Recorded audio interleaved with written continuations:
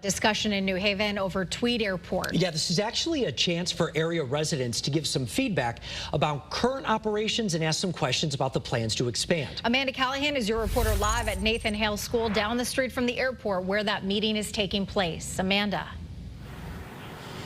Aaron and Mark, the meeting got underway just about 15 minutes ago, and we've seen a number of people arrive here to attend it.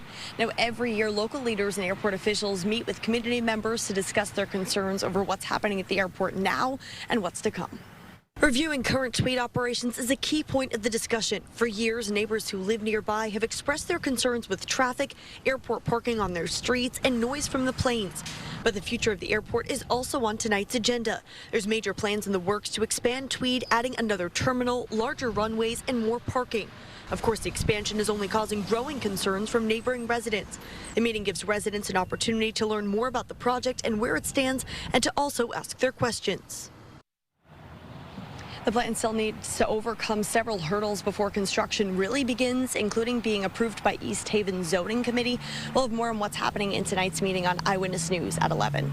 Airport 11 New Haven, Amanda Callahan, Channel 3 Eyewitness News.